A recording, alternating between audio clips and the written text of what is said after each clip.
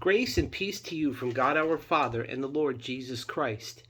I know last week's message was a long one, and like I've said before, my intention with John's Gospel is I don't want to break these down a whole lot. I just want to read the stories to you. I want you, just as John says in this, I want you to hear these stories so that you know who Jesus is, and that if you already know who he is, these stories will help you grow in your relationship with him.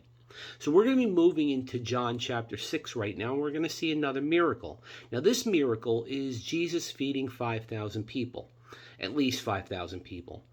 And this miracle here that he performs is also in the other three Gospels, Matthew, Mark, and Luke. Now, there are many miracles in the four Gospels, but there are only two that are in all four Gospels. That's this one, and that there is also the miracle of the resurrection. So those two miracles you can read in all four Gospels. Now, when I read this here, I want you to put yourself in the setting. Jesus is on a hill, and he's in a wide area teaching people, and the crowd is gathering. At least 5,000 people are gathering, and they've been listening to him teach all day. Now, some Bible scholars think that this was also the Sermon on the Mount, which I have read to you before and that we will read again.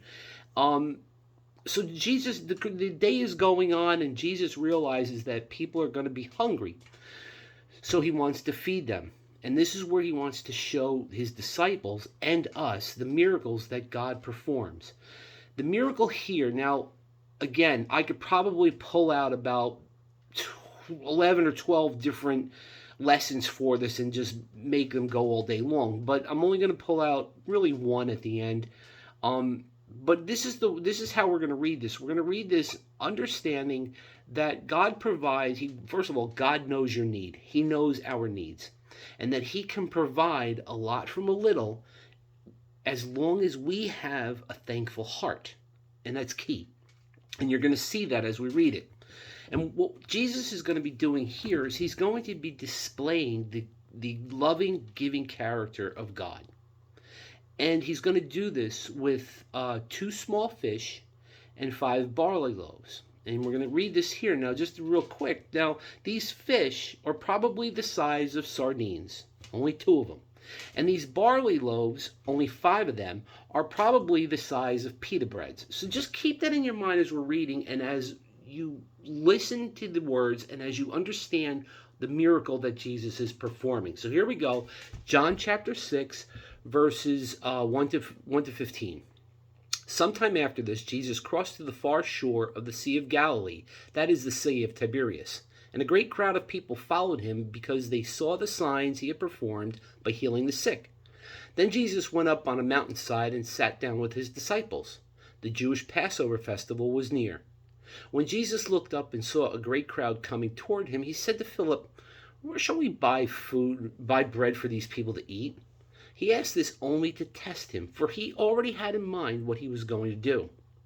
Philip answered him, It would take more than half a year's wages to buy enough bread for each one of these to have even a bite. Another of his disciples, Andrew, Simon Peter's brother, spoke up. "Here is a boy with 5 small barley loaves and 2 small fish. How far will these go among so many?" Jesus said, "Have the people sit down." There was plenty of grass in that place, and they sat down. About 5,000 men were there. And that's just men they were counting. So it's about 5,000 men. But don't forget, there were women and children there too. So the number could have been up around 10,000. It could have even been more.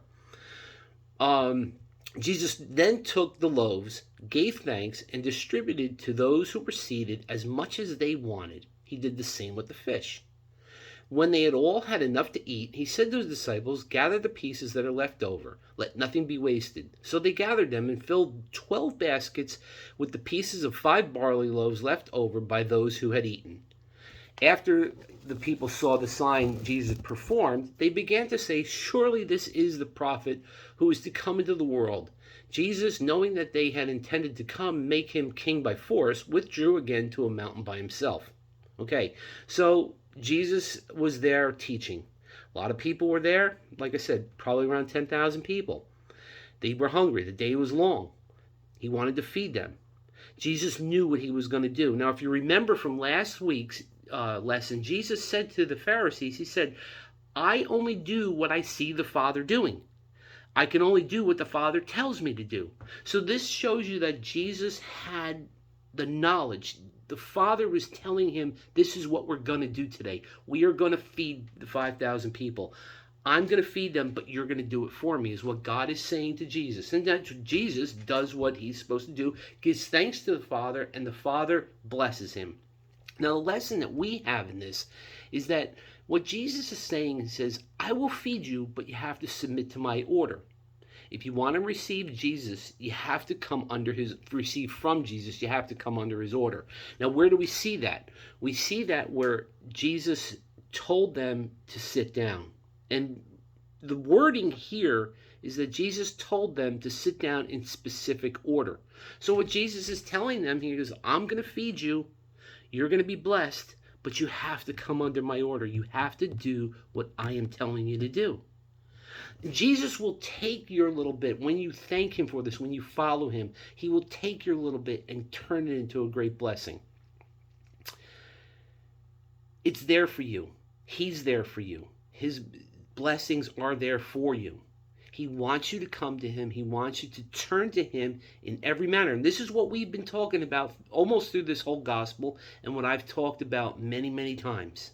If you want God's blessing, you have to trust him. You have to thank him that he is there and that he will help you.